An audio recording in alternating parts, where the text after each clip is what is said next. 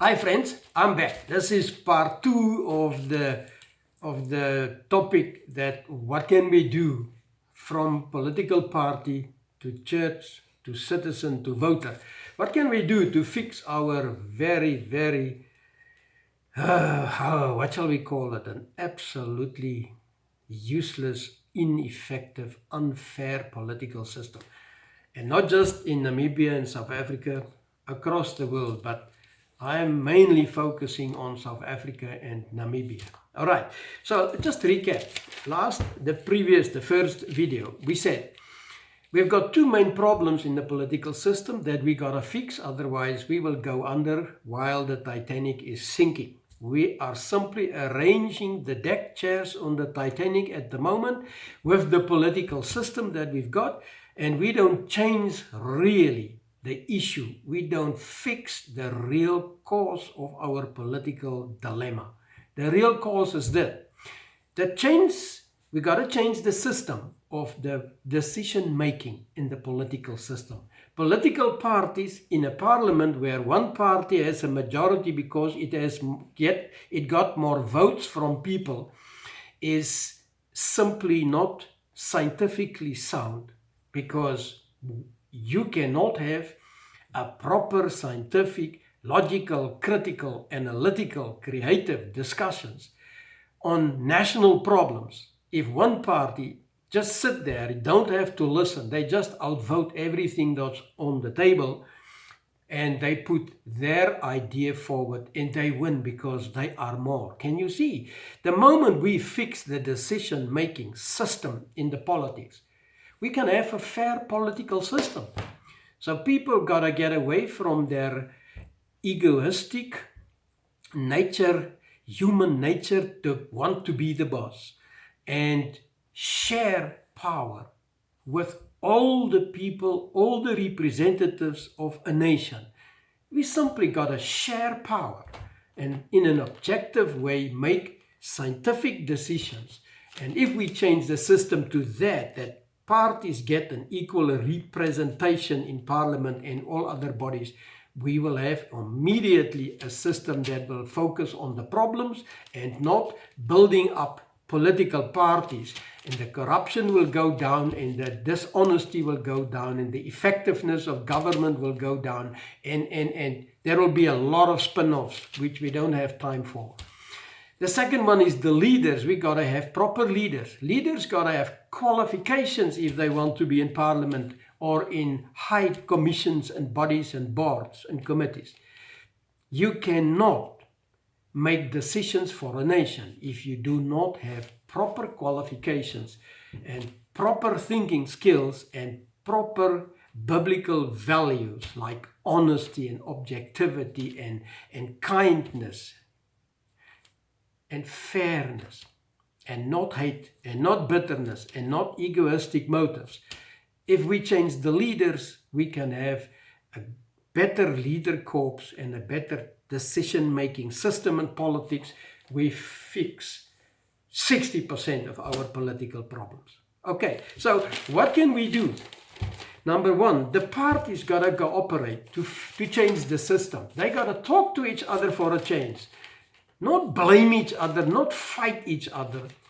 Talk to each other and say, listen, let's change from multi-majority rule system to an equal representative democracy where science is ruling, not egoistic motives of wicked leaders like you have in South Africa and in Namibia and across the world.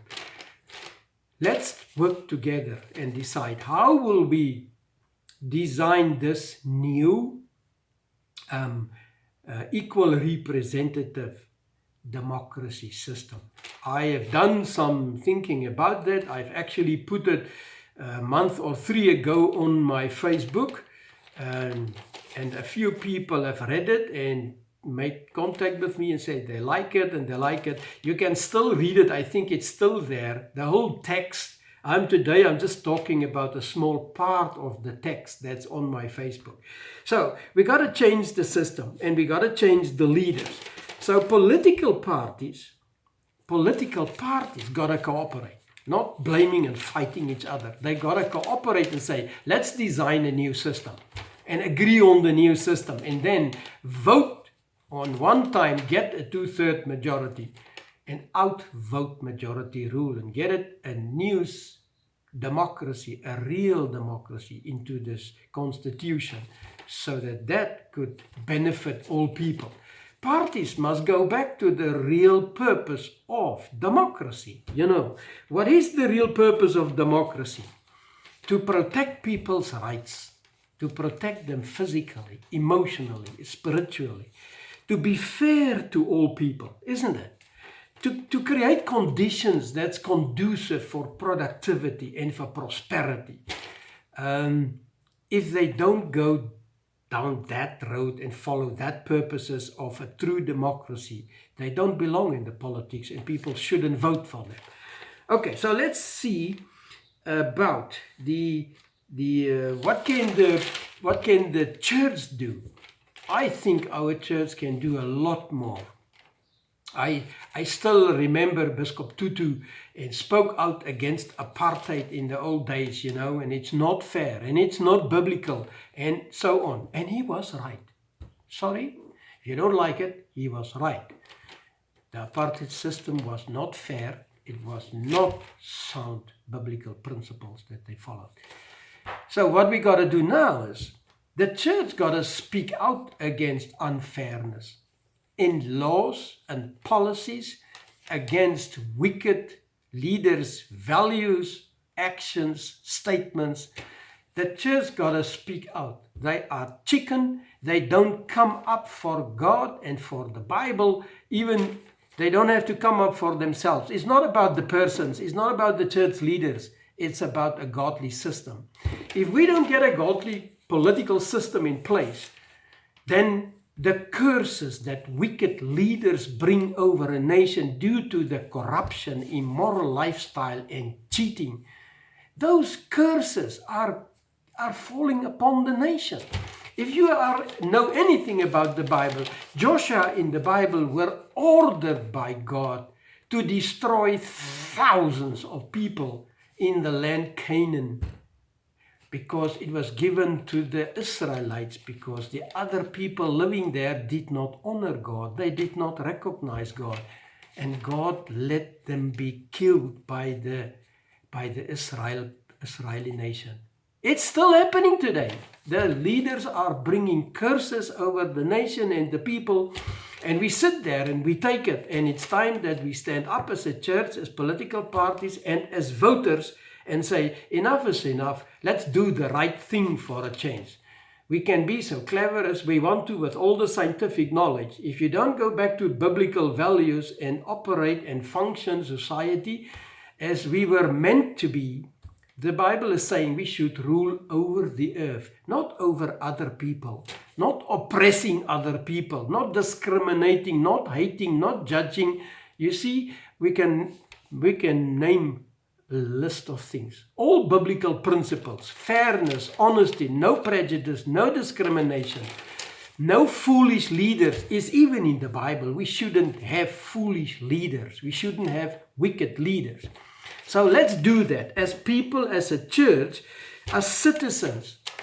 Don't get away, don't run away from the political voting system because you say it's useless, it's hopeless, they just cheat again.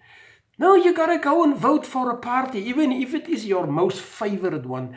Vote for any political party with some good leaders, some good policies, because you're taking votes for them, giving them in the present majority rule system. Give them more votes, more representatives.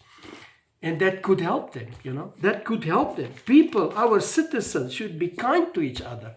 We should be operating on non-corruptive basis, on a forgiving basis, on a love your neighbor basis, on an unconditional love for other people, respecting other people. Say, sorry, we have been wrong, I have been wrong, I've hurt you, I'm sorry, please forgive me. If we don't do that as political system parties, as churches and as individuals, we will not win the political battle. And it's time that everybody works together and get the wicked people out of place and the wicked parties out of place by doing the godly designed thing that we were supposed to do and how supposed to rule over other people and nations, over the people of a nation, sorry. Okay, my 10 minutes is up again, so part 2, and we will leave this one there. Go to my Facebook, read the text if you're interested, and see what else are there that we could be doing and what should we be thinking about. Thanks for joining. See you next time. Bye.